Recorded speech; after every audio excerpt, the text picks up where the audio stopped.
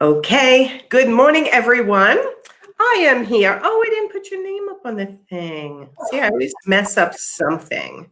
So I am here this morning with my web designer, and normally we do Website Wednesdays, but if you've been watching my lives, you know we're going to start alternating a lot of other topics that I help my clients with. And we have decided that every other Wednesday or every other broadcast on a Wednesday will be Wednesday Wisdom, because I don't know if you guys know this, but life coaching and business coaching goes very much hand in hand.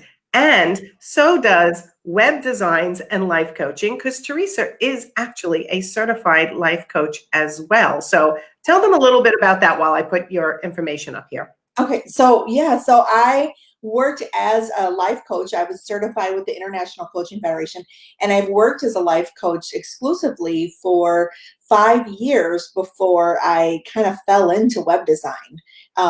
It was being a life coach can be a struggle, and for me, I was trying to find my voice as a life coach and what I needed to do. And I decided to build a few websites just for fun and some extra money while I figured out my next step. And I became a web designer by just accident.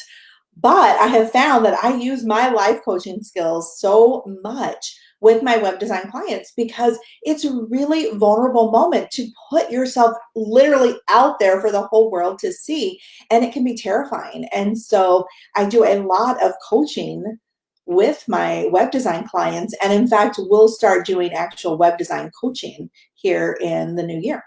Nice. Okay. So the reason why we're doing the Wednesday Wisdom is because I have said to many people, and it hurts sometimes when I say this, but guess what? If your business is not going well, look at your life. Yep. And they go, ouch. And I'm like, yeah, because sometimes what's holding you back, actually always what's holding you back, is starting right here, right? It's in the mind. And I can tell you so many stories. And before we went live, I was telling Teresa, I'm going to have to temper my stories because I have so many. So the first time I went live on video, I'm sorry, the first time I was trying to record video, which I've told this story before live, I just kept freezing. And I went from being animated and light and funny sometimes to stiff and reading, and I had to have signs everywhere. And I thought, no, I don't like that one. No, get rid of it. And my son stopped the camera and he's like, what is going on? And I had to really dig deep and realize that there were people in my life from the past that made me feel self-conscious, I chose to be self-conscious because of what they said or did. Yes. Oh my gosh, that is a big one. And my first video that I did 7 hours. It was a 5-minute video.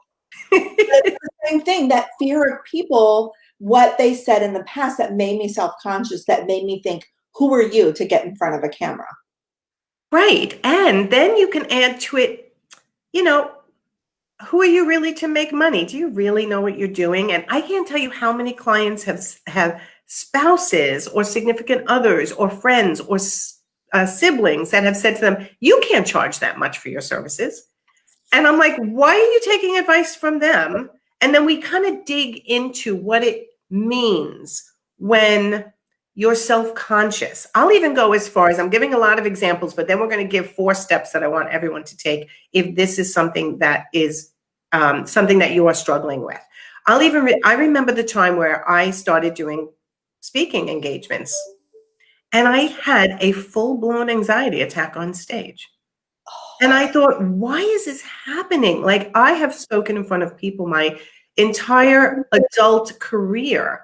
Mm-hmm. What is different now? And it came down to, well, I was a lot heavier than I ever was in my life. And I was feeling subconsciously uncomfortable. And people are looking at my weight and I was I honestly, by the time I got down to it, I thought, wow, I didn't even realize that was the reason why I had an anxiety attack, because it certainly wasn't about what I was teaching people. Mhm. what I was relaying. And I hired a coach, and I swear to God, sometimes you only need one session for Yep. certain things. Yeah. Other times you need longer term, and I'm all good with that. All she said to me was, they're not hiring you to be a supermodel. And I was like, oh, yeah. She's like, are you teaching them? I'm like, yeah. Do they walk out of the room enthused about learning and they can implement some of what you've taught? I'm like, yeah. She's like, you look like a lot of other women. And the fact that you can get up on stage and do what you do is actually inspiring. And I was like, but I want to be what I was when I was in my 30s. I want to be lighter. Okay, yeah, that's a goal. But people are hiring you for what you're teaching them, right? So that little brain adjustment worked for me, and we worked on that for a little while. So when I tell you, I'm sure you have a million moments in your life, right? I'm divorced. I have two LGBTQ children. I am heavier than I've ever been. I'm writing a book that I feel like putting it out into the world is me like standing naked in a square for everyone to say like, oh, it sucks, or maybe it's not good enough, right? All those moments can stop you In your tracks. in your tracks. What are your moments? What have your moments been? The most recent moment has been my hair. So if you guys look at my marketing, I have this huge mane of curly hair. This is not my normal me. But just a few months ago, I was completely bald. And I had to go through this year of business dealing with cancer and going bald and all of the other things going on. And it was really hard showing up for these moments, to do these website Wednesdays with you, which I absolutely love. And now we're doing the Wednesday Wisdom, and I love that. But it was really, really hard. And I remember one morning getting dressed. I was tired of hats, and they gave me a wig that looks nothing like me. Oh, And I was like, I've got to be on with Nancy in 15 minutes. Like, what am I going to do? And I almost canceled. Like, I almost canceled because the wig was not me and bald was terrifying.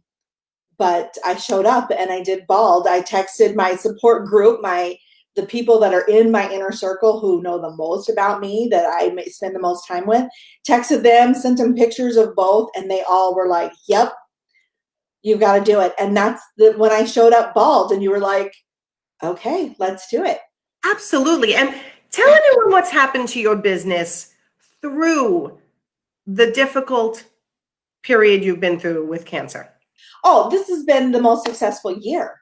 And here's the cool thing is right after I showed up bald, my business blew up, and most people did not even realize cancer. And that was my fear. I didn't want to be treated like a victim. I didn't want the, oh, poor Teresa kind of approach.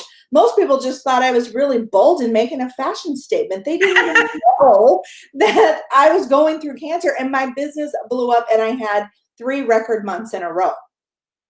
Because you drove through, right? Because I'm here on the other side with you and Yeah. saying, you know what? You can do this. And I was impressed every single time you showed up.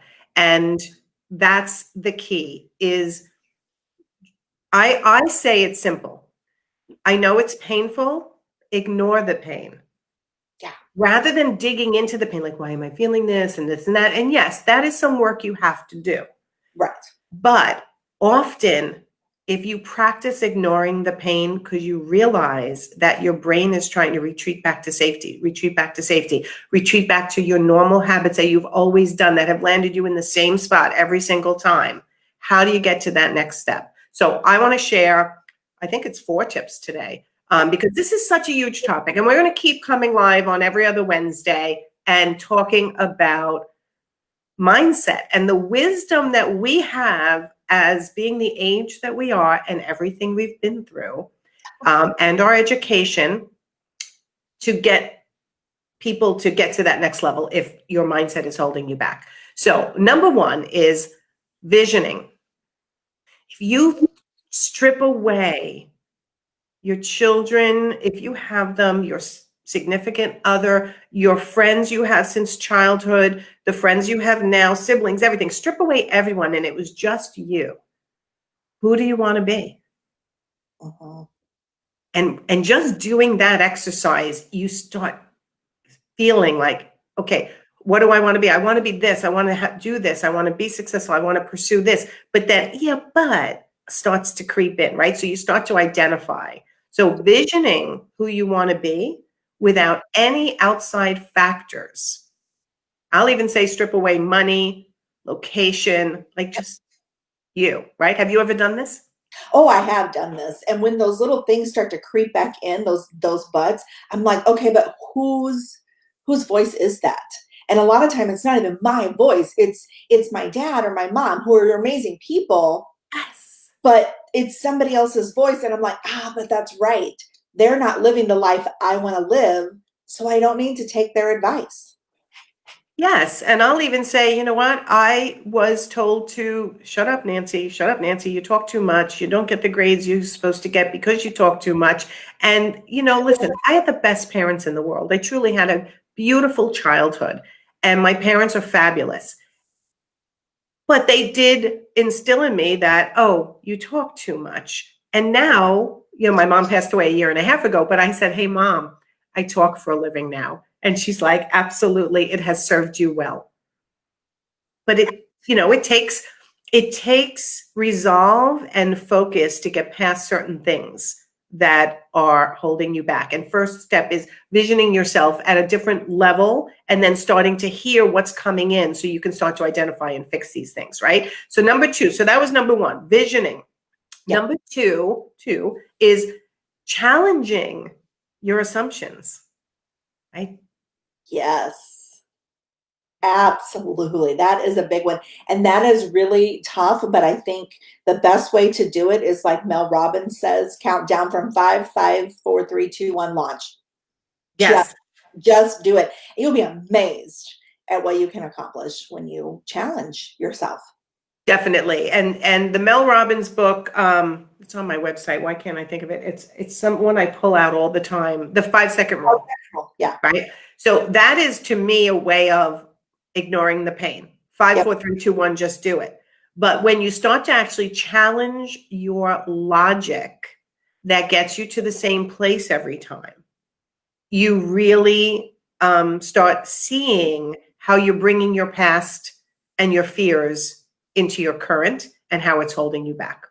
So, absolutely. right. So number one, vision who you want to be. Number two, challenge your assumptions. Go ahead, Teresa. Yeah, well, I was going to say, here's a challenge because I am in rural South Dakota, and so many people will tell you that you can't build a web design business in rural South Dakota. People don't want to pay your prices, you're a woman, blah, blah, blah, blah, blah. There's a whole lot of reasons of why it doesn't work. And I once had that same belief, like, oh my God, what am I doing? I'm going to have to work so hard for such little money just to get clients.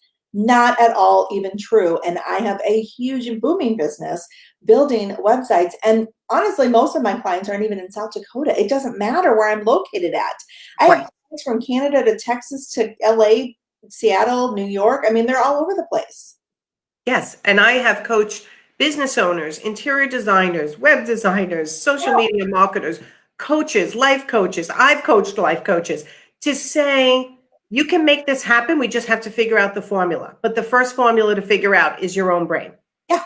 Right? All your limiting beliefs. How do you knock those dominoes out of the way? All your limiting beliefs, right? So the third suggestion is something my book coach did with me. My very first assignment was to write, and I think he said actually could go up to 100 times if possible. I want to write this book because, and you have to write the full sentence out, right? I want to write this book because I want to write. So whatever you're looking to achieve, you want to blah, blah, blah, because keep writing that sentence with different answers. First, everyone starts out with surface answers. Well, because I want to make more money and I want to show that I know what I'm talking about. And you do all this like foo-foo, blah, blah. All of a sudden, then you start going, okay, I can't give any of those answers anymore. Let me really dig deeper. And you start digging deeper and deeper. And when tears come to your eyes, that is when you've hit on the reason why you're working so hard for anything. And when I thought, wow, that was an amazing exercise, because when it got really hard, that Mhm. I didn't want to keep writing. I didn't want to keep digging. I got scared that I'm going to be, naked out in front of everyone with a book that I wrote. I thought, I'm going to go back to that original exercise. And why am I writing this book? And every time, that true why is what got me through the difficult times. That just gave me chills, honestly, but it is so powerful. Absolutely. It made the biggest difference. So for anyone who you're trying to achieve something, whether it's like you want to make $100,000 in your business, which is always my goal for all my clients, you should be netting. If you're at least $100,000, and if you're already there, then I'm getting you to. I remember I took one client from 500,000 to $1 million a year, right? So it depends on your level. You want to get to that next level. What is your why? Mhm. That is going to get you through the difficult times, because there is a lot to learn. There's a lot to do. There's always that next obstacle that you have to figure out how to get through or around. And when it gets painful, you want to really be in touch and be able to tap into your real why in order to get through that moment. So that is tip number 3. Okay, number 4 is figure out how to support yourself in your goals, right? So for me, it's making sure I'm surrounding myself with smart people. Mhm. I'm coaching with somebody who speaks my language, like somebody who I already feel like I admire them. I hear the way they communicate in a way that moves me. There Mhm. are a ton of fabulous coaches, and I've never, ever put anybody down, right? Whoever speaks to you is who you should be working with. And if that's not me, it should be someone else, right? Absolutely. My goal was never to get a client and keep them forever when I did full, just straight life coaching. My goal was to get them to a point that they graduated from me and went to the next level, because I had my level of expertise, but there's somebody out there who can help them in that next level. And that was always my goal. Like, I celebrated when somebody was ready to move beyond me. I'm like, yes, because Yes. that's what we've accomplished. Like, this is so remarkable. You don't even know yourself anymore. I want to stay in touch and see your progress, but you don't need me. And that was awesome. Yes. And I always say, I want to release you into the world with me on your shoulder so you can go on to the next level for yourself, right? I'm not looking to keep you forever either, because I want you to what happens is you want them to become their own coach. Yes. Yes. And be able to get through those challenging moments on their own and not always have to rely on somebody to fall back on. Right, and have the confidence to do it. And one of the things, and I've seen this in the industry a little bit, in the coaching industry as a whole, that there are some coaches who specifically go like, I'm the person. I have to be the person. I'm the only one. And you have to stay within our tribe or in our community or in my membership site. And that's the only way you're going to make progress, because I satisfy all your needs. And I think, no, No. no, get what you need from a person who you feel can get you to the next level. And then you can find your next stage, and it might be somebody else. Absolutely. Nobody can be your everything. Not in business, not in life, not in relationships. Nobody can be your everything. Right.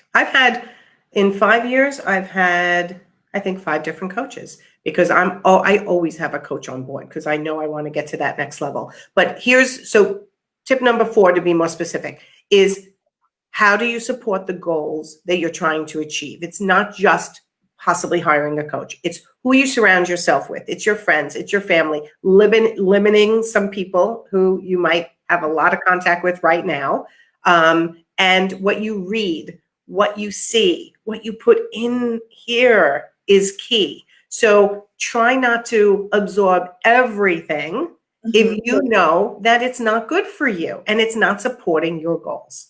You have to control the mind first.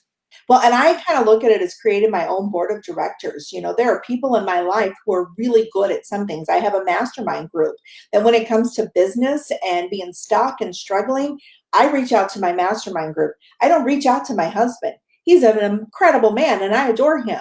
but he knows nothing about being an entrepreneur. He knows nothing about being in business. He knows nothing about web design. He knows nothing about what I do as a career. And so if I reach out to him, I get some really crappy advice, and love him if he watches this. I love him. But when it comes to business, that's not it. But there are other things in my life that he's my Coach. CEO or my coach or whatever the case is. He's on my board of directors for other areas of my life, because that's where he supports me and helps me be a better version of myself. And That's so, right. kind of what I do is I have those people that I talk to about business, but none of them are family. Yeah. Yeah, I've done that before, and that's always a mistake too. And the way I'm going to equate this for the interior designers who may be watching is, don't you love when you go into someone's house and you tell them exactly how to design, their window treatment, or this is the perfect fabric, and this is the way it should look, and this is your taste, and they go, yeah, but wait, let me ask my mother, my mother-in-law, my sister, my housekeeper, and you're like, but wait, that's why you hired me, right? So there are different people in your life to satisfy different needs. So, okay, let me just recap, because I know we went longer today than we normally do. So how do you figure out what's holding you back in life and in business?